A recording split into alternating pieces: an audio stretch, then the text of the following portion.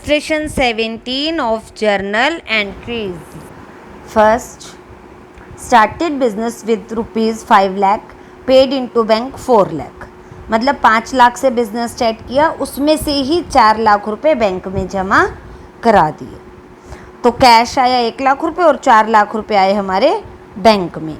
तो क्या एंट्री हो जाएगी हमारे पास? Cash account debit, bank account debit, total capital थी हमारी 5 lakh rupees. Next, purchase goods for rupees 1,40,000 in lakh. 1,40,000 रुपये का हमने सामान खरीदा. Out of which half the goods was on credit from Sudhir. मतलब 70,000 रुपये का सामान हमने उधार खरीदा है, टोटल 1,40,000 का खरीदा है. तो परचेज तो 1,40,000 की आएगी.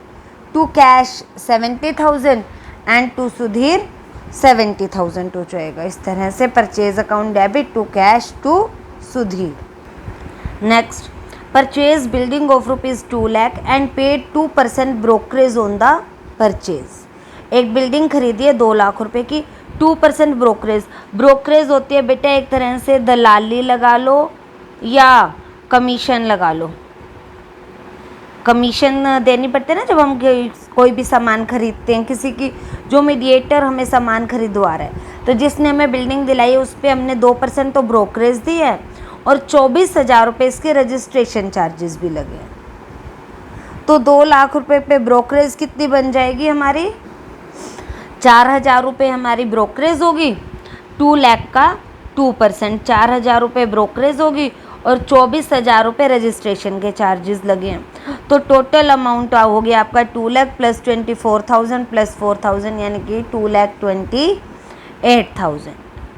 Payment of building was made by cheque and brokerage and registration paid by cash. तो बिल्डिंग तो हो जाएगी 2,28,000 की. Building account debit 2,28,000 to bank. Bank में चले जाएंगे 2 लाख रुपए और कैश में चले जाएंगे 28,000 रुपये. नेक्स्ट, 12 अप्रैल को sold goods to Arun for rupees 2 lakh. Arun pays 1/4 amount in cash. तो 2 लाख का 1/4 यानी कि 50,000 वो हमें कैश में पे कर रहा है, बाकी उधार. तो cash account debit 50,000, Arun debit 1,50,000 to sales हो गया. टोटल सेल थी हमारी 2 लाख रुपीज़ की. नेक्स्ट, 14 अप्रैल को cheque of 1,40,000 receive from Arun. Arun को हमने 12 तारीख को तो अभी 1.5 लाख रुपए का सामान उधार बेचा था, लेकिन अब वो हमें 1,48,000 रुपये का चेक देके कह रहा है कि फुल सेटलमेंट कर लो. और चेक हमने उसी टाइम बैंक में भी भेज दिया. तो बैंक का तो डेबिट हुआ 1,48,000 रुपये, लेकिन अरुण को फुल्ली सेटल करने के लिए अरुण को क्रेडिट करना पड़ेगा 1,50,000 से. मतलब हमने उसको डिस्काउंट अलाउड कर दिया. हमें 1,50,000 रुपये के बदले 1,48,000 मिल रहे हैं, इनकी 2,000 रुपये क्या हो गया? डिस्काउंट अलाउड क्यों. Next, paid stationery expenses. Office के लिए स्टेशनरी खरीदी तो सिंपल से एंट्री हो जाएगी stationery to cash. Next, paid fire insurance premium on building by cheque rupees 1,000 and Shankar's life insurance premium by cheque 4,000. देखो, फायर इंश्योरेंस प्रीमियम तो बिजनेस का खर्चा है, लेकिन ये शंकर की बुक्स में हम एंट्री कर रहे हैं, शंकर स्टोर है. शंकर का जो लाइफ इंश्योरेंस प्रीमियम है ये ड्रॉइंग है. तो बैंक से तो इकट्ठी 5,000 दे दो, लेकिन 1,000 रुपये इंश्योरेंस प्रीमियम में डेबिट करेंगे, 4,000 रुपये ड्रॉइंग्स में डेबिट करेंगे, टू बैंक हो जाएगा 5,000.